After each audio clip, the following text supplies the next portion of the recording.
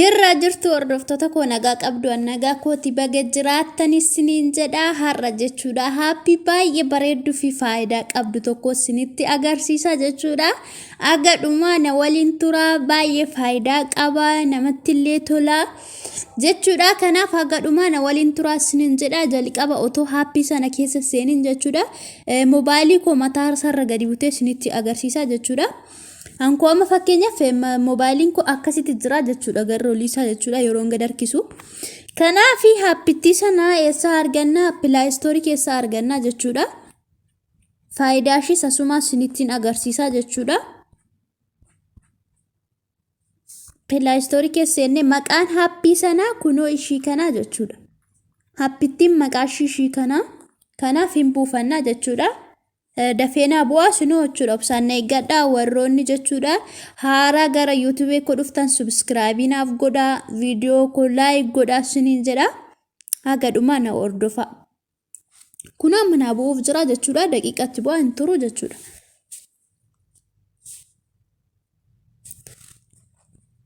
Appittiin wal fakkaatti kan wal fakkaattu danuu jirutti jechuudha. Isin immoo keessa laaltanii maqaa happii tanaa jechuudha. Keessa barbaadanii buufattu jechuudha. Appittiin kan wal fakkaattu danuu jira. Kanaaf amma kun na bu'aa jira jechuudha. Gara tuqee seenaa.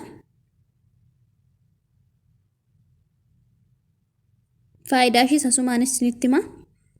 Faayidaa inni qabu jechuudha. Kanaaf jechuudha. Kunoo naaf bu'ee jira jechuudha. Hoppiin jedhee keessa seenaa. Yeroo keessa seennu haala kanaan nu fida jechuudha. Erga haala kanaan nu fidee kunoo mallattoo fuuldura jirtu kana jechuudha. Hin banna jechuudha. Tokkoffaaf lammaffaa sadaffaa qaba. Kanaaf mee walumaan bannee haa ilaallu isiniin jedha. Akkasitti ennaa irra xuqnu. Iddoo kanarratti akkasitti nu fidee jechuudha. Asirra xuqna. Erga asirra xuqnee oof ta'ee jira on goona jechuudha. Asirratti halluu goona. Duubatti deebina jechuudha. Kunoo isa tokkoffaa bannee jira ammoo isa lammaffaa banna. Amma haala kanaan kun appii sana waan ta'eef halluu goonee banna jechuudha. Erga haala kanaan bannee duubatti deebinee ammoo sadaffaa banna jechuudha.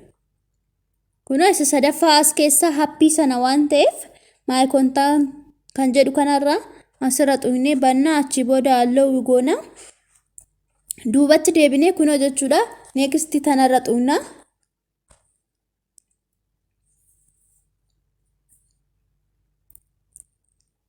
Kunoo jechuudha haala kanaan nu fida jechuudha. Erga next goone erga haala kanaan nu fidee akkasitti jechuudha.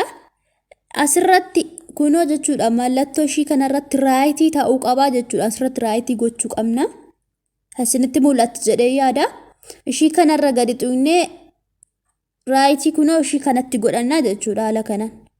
Erga haala kanaan itti godhanne jechuudha. Amma jechuudha keessa bahee isinitti agarsiisa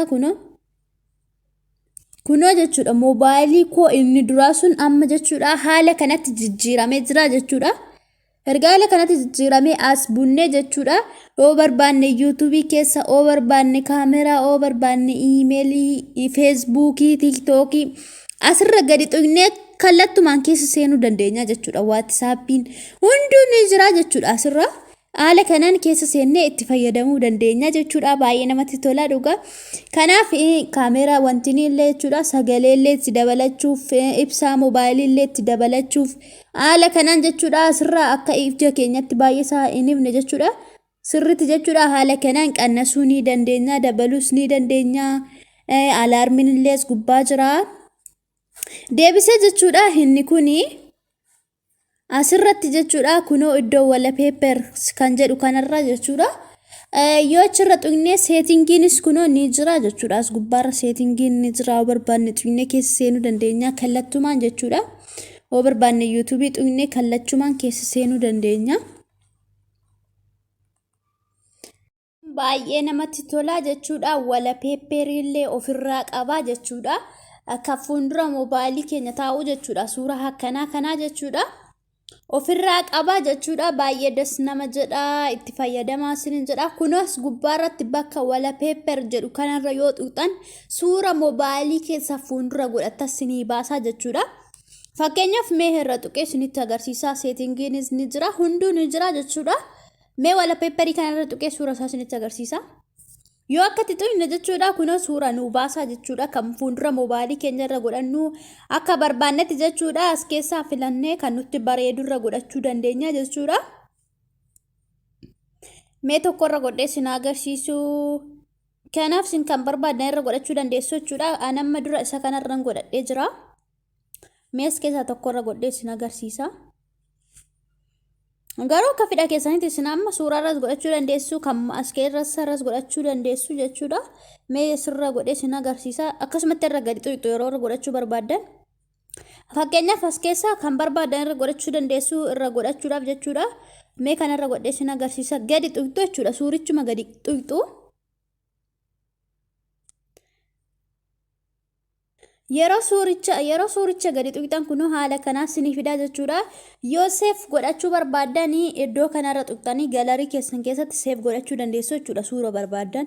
Yoo immoo wallpaperii fuuldura moobaayilii keessanirra godhachuu barbaadan iddoo raayitii kanarra yoo tuqxan fuuldura moobaayilii keessanirra siniif dhaqaa jechuudha. Kanaaf mee isa kanarra godhee isin agarsiisa kan dura kabiraa irra jira jechuudha kiyya. Kanaaf idduma raayitii kanarra gadi tuqxu kunoo amma naannessaa jira jechuudha achirra naaf godhuuf. Kunoo hamma naaf ta'ee jira mee duubatti deebi'ee isin agarsiisa.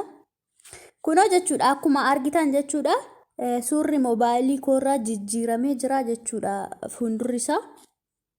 Kanaaf appii kun baay'ee namatti tola itti fayyadamaa isiniin jedha. Waa baay'ee of keessaa qaba. Kanaaf akkaataa isiniin jedha barnoonni haga viidiyoo biraa walitti deebinutti turtii gaarii qabaadha.